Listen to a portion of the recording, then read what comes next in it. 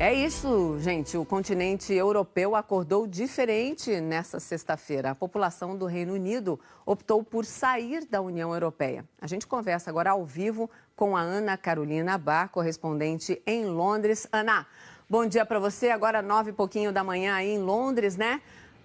Bom, primeiro-ministro disse que vai embora. Reino Unido também vai embora da União Europeia. Qual que é o clima nas ruas? Porque até ontem à noite, a hora que eu fui dormir aqui no Brasil, horário do Brasil, a expectativa era outra. Bom dia aí para você.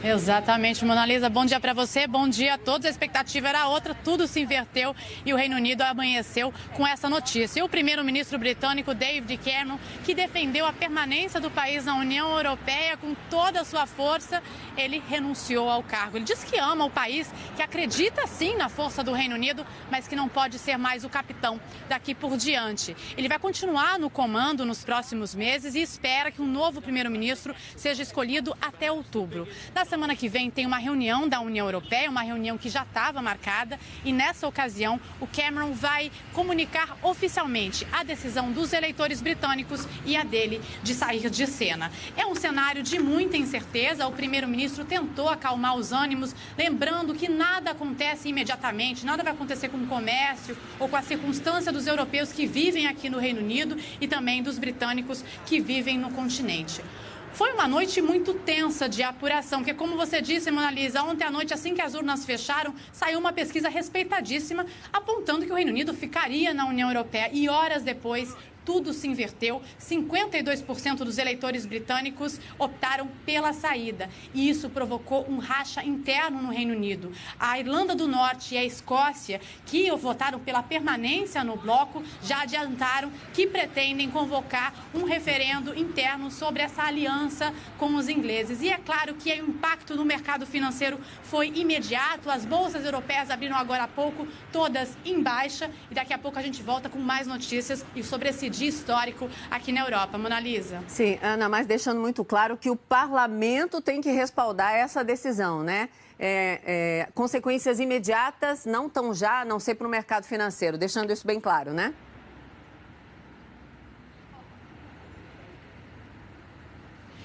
Não tem nenhuma... de imediato não tem nenhum efeito, porque agora o que vai ter que acontecer é que a União Europeia tem que ser notificada, e aí tem um artigo chamado artigo 50, que nunca foi usado, falando que o país quer deixar o bloco. O David Cameron disse durante esse pronunciamento agora de manhã que ele não vai ser o primeiro-ministro que vai fazer isso, ele vai deixar para o próximo. Então a União Europeia deve ser notificada por meio desse artigo só depois de outubro, mas não precisa o parlamento britânico, não, ele não precisa aprovar essa decisão. Isso já está... claro que tem umas burocracias, mas já é certo que o Reino Unido vai sim deixar a União Europeia. A gente vai ter 2 anos de negociação pela frente, Mona Lisa. É isso, período de transição. Tá bem, Ana, prioridade para você, qualquer novidade é só chamar a gente. Obrigada. E é isso, a saída do Reino Unido provocou aí um efeito dominó nas bolsas asiáticas. O Márcio Gomes acompanhou o fechamento dos principais mercados e conta pra gente agora os detalhes. Oi, Márcio, boa tarde aí pra você. Escalada dominó abaixo, né? Oi, Mona Lisa. Bom dia para você, bom dia a todos aí no Brasil. Olha, foi quase que um terremoto aqui no Japão. Assim que algumas redes britânicas de TV começaram a falar sobre a vitória do Brexit, a saída do Reino Unido da União Europeia, a Bolsa de Tóquio entrou em queda, e queda fortíssima. Chegou a um pico negativo de 8,3%.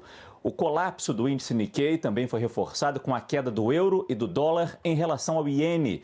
O iene, a moeda japonesa, se valorizou muito hoje porque é vista como um porto seguro para investidores internacionais em momentos como este, como bem disse Ana Carolina, de profundas incertezas. O ministro das Finanças japonês chegou a fazer um pronunciamento dizendo que o governo do Japão iria responder com firmeza aos movimentos cambiais para estabilizar o mercado.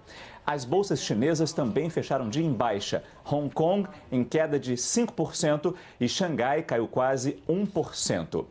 A Federação de Negócios do Japão já tinha alertado para um impacto negativo caso os britânicos optassem pelo sim, por sair da União Europeia.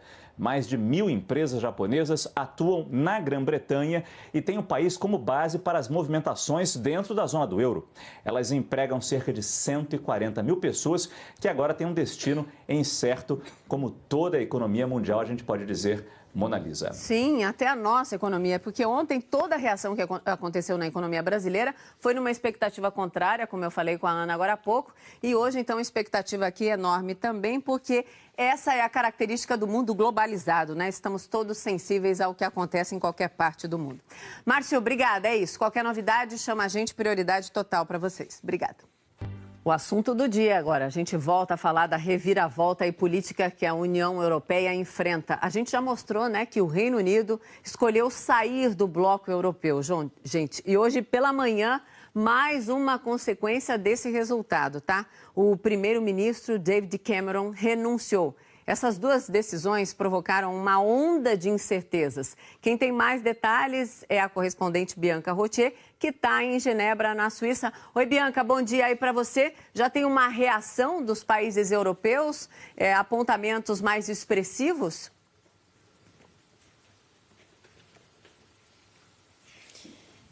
Sim, Mona Lisa, bom dia para você, bom dia a todos. Bem, o risco existia, né? Todos sabiam, mas nos últimos dias o clima era mais de otimismo, só que esse otimismo foi por água abaixo, deu lugar ao choque. Agora há pouco, o presidente do Parlamento Europeu, Martin Schulz, disse que está muito triste. O presidente do Conselho Europeu, Donald Tusk, afirmou que os 27 líderes da União Europeia, ou seja, já sem contar o Reino Unido, estão determinados a manter a unidade do bloco. Tusk reforçou que a União Europeia já estava preparada para esse resultado, mas reconheceu que não é possível prever as consequências da decisão dos britânicos.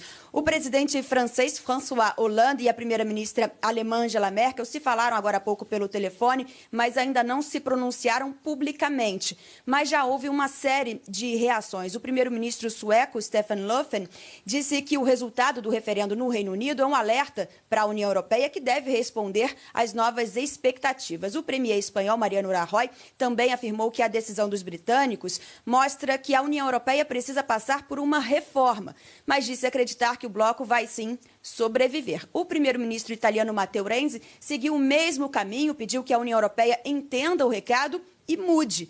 Ele pediu um bloco mais humano e justo. A união dos europeus foi colocada em xeque. O maior temor é a desintegração do bloco. O medo é que a saída do Reino Unido provoque um efeito dominó. Será que os outros países, alguns insatisfeitos, vão aproveitar a porta aberta e seguir o mesmo caminho? Mona Lisa. Sim, Bianca, até porque a gente tem, sempre que a gente fala desse bloco, sempre tem aquela característica muito forte do sentimento separatista, que parece que ficou mais latente de uns tempos para cá. É esse sentimento que cria uma preocupação imensa neste momento, depois dessa decisão do Reino Unido, né? Exatamente. Inclusive, a líder da extrema-direita na França, Marine Le Pen, que vai tentar chegar à presidência no ano que vem, já disse repetidas vezes que os franceses também devem ter a chance de decidir se querem ou não ficar no bloco. Então, depois do Reino Unido, talvez a França. Claro que isso tudo provoca um enorme clima de incerteza. Foi a primeira vez que o artigo 50 do Tratado de Lisboa vai ser aplicado com a saída do Reino Unido. Por isso, esse clima tão grande de dúvidas. E as dúvidas chegaram, claro, nos mercados financeiros, o clima é de pânico. Os investidores dizem que a primeira reação é normal, é realmente para ser de medo, só depois vão conseguir, então, analisar o que de fato vem pela frente. Mona Lisa. Obrigada, Bianca, pela análise. Venha sempre conversar comigo. Tenho a impressão que nós vamos conversar muito mais daqui para frente. Obrigada. Bom, da Suíça, agora a gente vai para a Inglaterra. A gente volta a conversar com a Ana Carolina Barr, que está em frente ali ao Parlamento em Londres, sentindo a pulsação da população. Você vê alguma reação aí nas ruas neste momento, Ana? Conta as novas para a gente.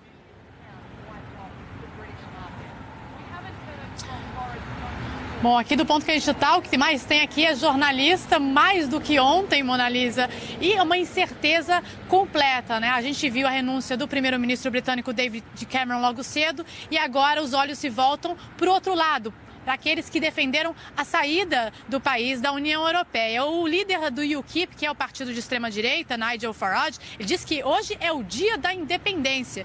E o ex-prefeito de Londres, Boris Johnson, que foi um dos principais porta-vozes dessa campanha pela saída, é apontado como possível sucessor do David Cameron. Ele, quando saiu de casa hoje aqui em Londres, foi vaiado. Lembrando que a capital britânica, aqui na capital britânica, 60% dos eleitores votaram pela permanência do Reino Unido. Mas saindo aqui da grande Londres, o outro foi pela saída, e na Escócia e na Irlanda do Norte, mais pela permanência. Mas só relembrando, 52% dos eleitores votaram pela saída do bloco. Então há muita expectativa e muitas perguntas sobre o impacto econômico que essa saída vai ter. A gente tem previsões de aumento de juros, de queda do preço dos imóveis, mas ninguém sabe ao certo o que vai acontecer daqui para frente, Mona Lisa. É isso, Ana. São muitas perguntas e respostas que ainda não podem ser dadas neste momento, mas que sem dúvida já afetam demais aí, especialmente o mercado financeiro, que tem aquela tendência de precificar,